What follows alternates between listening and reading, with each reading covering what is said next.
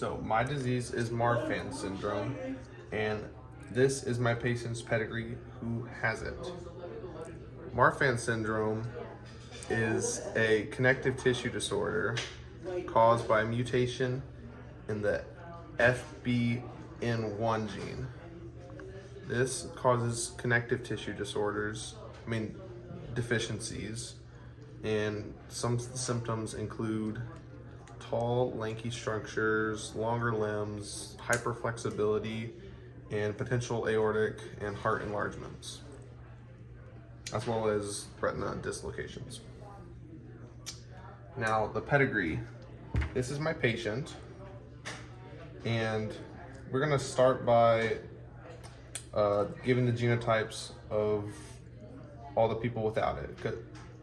This is an autosomal dominant disorder. So that means that it is non-sex linked, and you only need one dominant gene from either parent to have the disorder. So you're going to start by giving the genotypes of everybody who doesn't have it, because we know they do not have the dominant gene. They are recessive. Do that for all of these.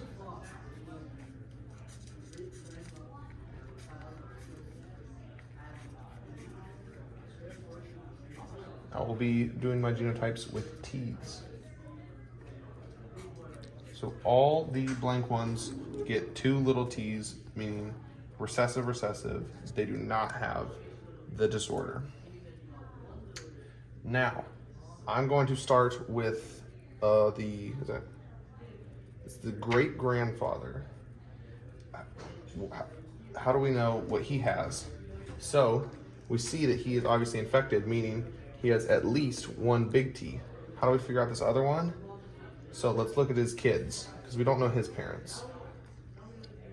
We can see that he has 3 kids with the disorder, or no, 2 kids with the disorder. That's their husband.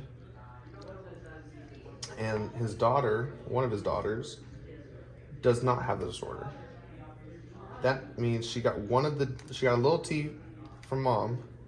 She had to get the other little T from dad, meaning that he is heterogeneous. Now, using that information, we know that, and we'll go ahead and put a dominant T for all the infected people, because we know they need at least one dominant gene to have it. And if you have the gene, you have the disorder. So you get one from each parent, and you can only get little t from mom.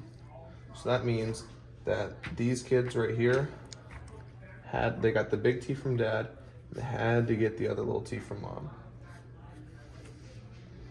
Now, this whole side, considering that this person is infected, that means they have it, and the mom does not have the disease, and they have kids that do not have the disease.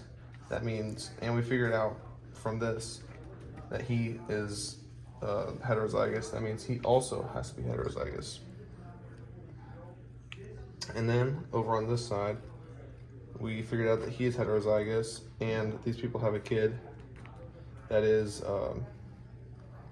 does not have the disorder, so he also must be heterozygous. And same thing applies for him, that looks like both. Heterozygous. So he's heterozygous, she's double recessive. That means he must also be heterozygous. Now, that's almost everybody filled in, but this guy, we don't know. We have to put a question mark here.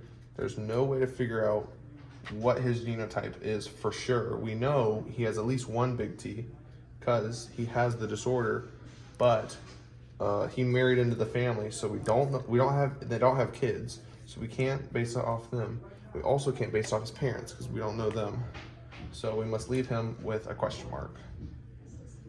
That is the full pedigree explained.